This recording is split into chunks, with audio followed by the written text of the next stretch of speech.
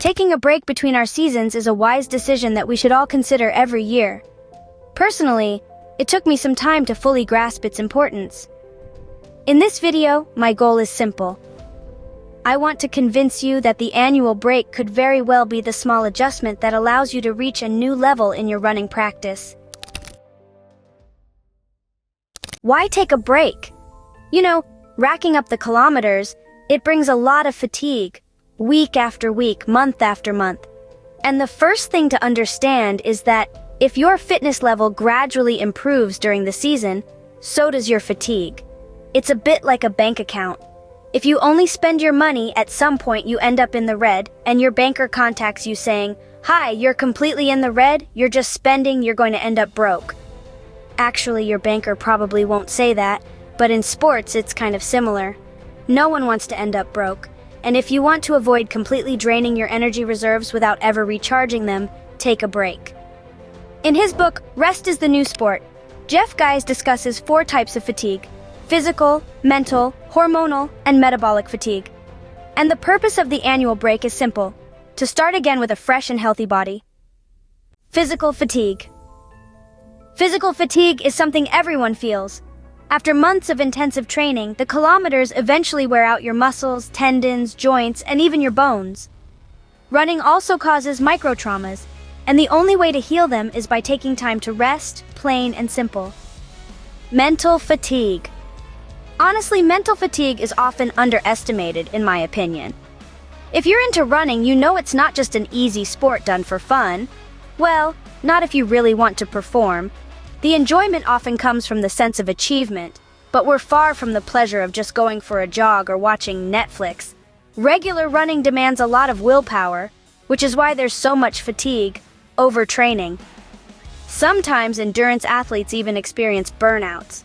There have been dozens of scientific studies, probably even more, showing the negative impact of mental fatigue on athletic performance, especially in endurance sports.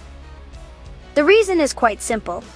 When a runner is too mentally tired, they perceive the effort as more intense and aren't able to push as hard. And even if they manage to, their performance decreases for the same level of effort. And that's extremely frustrating. And that's the problem, because to progress in running, you need a good dose of motivation. It drives you in training week after week and generates physiological adaptations. That's what you're looking for.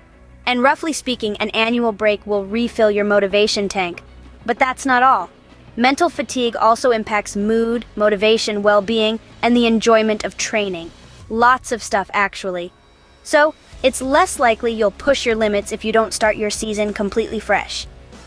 Have you ever noticed how many athletes break their personal records after taking 2, 3, or 4 months off due to injury? Other types of fatigue. Other forms of fatigue also exist, but I won't dwell too much on them because I have a lot more to tell you.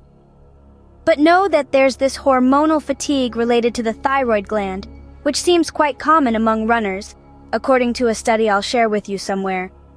Then there's also this metabolic fatigue, which seems to be more related to muscle fatigue. At least that's what I understood. Anyway, there's a whole variety of different types of fatigue. I've often wondered why it's so difficult for us runners to take a break. So I've identified a few obstacles that often come up. The first is the fear of losing fitness and getting out of shape. Physiologically, you hardly lose anything during the first 5 days of rest. That's what our friend Jack Daniel says. Then, your fitness gradually decreases day by day. From my experience in the field, it takes about a month to get back to your pre-break level after 2 weeks off. But it also depends on age. But it really depends on each person. For example, runners who cover a lot of kilometers and accumulate training seem to be less affected by deconditioning. This seems logical because we lose our speed qualities faster than endurance. In fact, some researchers suggest that it's mainly the nervous system and the mind that decondition. That's why we feel like we've lost our shape after just 1 week off. For those curious, I'll put an excellent article on deconditioning somewhere on the screen, which goes really in depth on the subject. Another obstacle is the fear of losing motivation. As I've already said, taking a total break recharges the motivation tank. In fact, completely cutting off allows the brain to regain the desire to practice. But I won't lie to you. The first few weeks back can be really tough, even frustrating, but that's a good thing because for me, feeling a sort of laziness is a sign that I've fully recovered. Another point is the fear of gaining weight. In reality, if you don't eat more than you spend, you won't really gain weight, especially in just 2 weeks. Plus, weight should be periodized. Personally, I recommend my athletes to gain weight, to eat more between seasons, and to eat well to avoid injuries and start on healthy foundations. It's really important.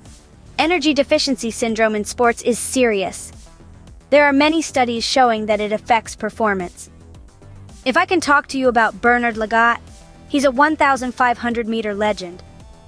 He says that between each season, he gains about 10 kilograms. Bernard, who was already at the top level in the early 2000s, remains an ultra-fast athlete, as he ran a marathon in 2 hours 12 minutes at 44 years old. I'm afraid of losing my life balance. Stopping running can create an imbalance and even stress just because you change your routine. But ask yourself this. What would you think of your cyclist friend if he couldn't take 2 weeks off? Clearly you'd judge him and say he's obsessed. It might be the same for us. Now, if you're afraid of losing touch with your training partners, I get it.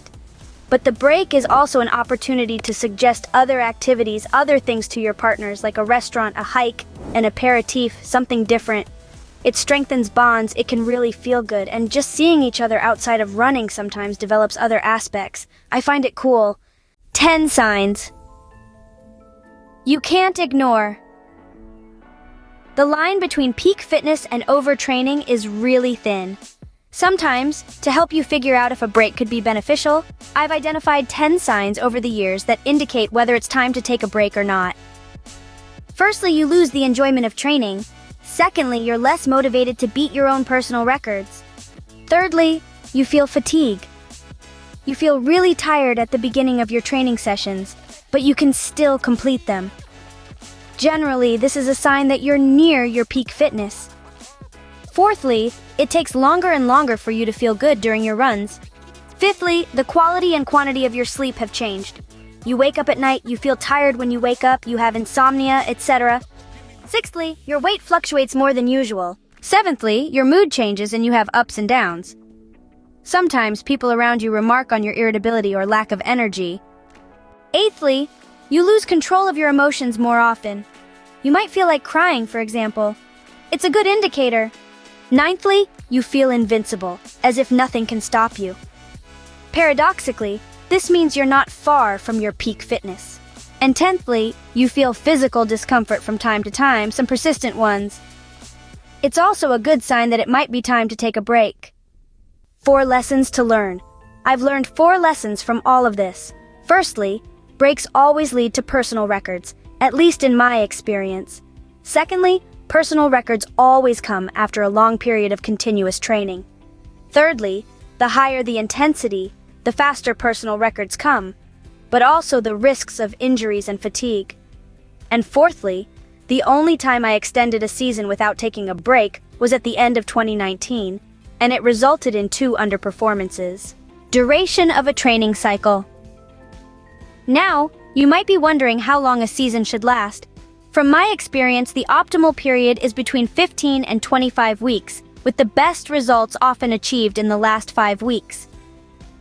This duration depends on several factors: your experience as a runner, the number of kilometers you run each week, the progression of the intensity of your training, your level of recovery, as well as aspects like sleep, nutrition, and mental health.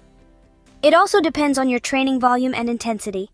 Regarding the duration of the break, it really varies from person to person. It's influenced by factors such as your age, genetics, recovery process, and more. However, here are some things to consider.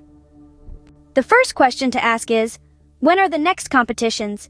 The second question to consider is, have I been injured in the last few months?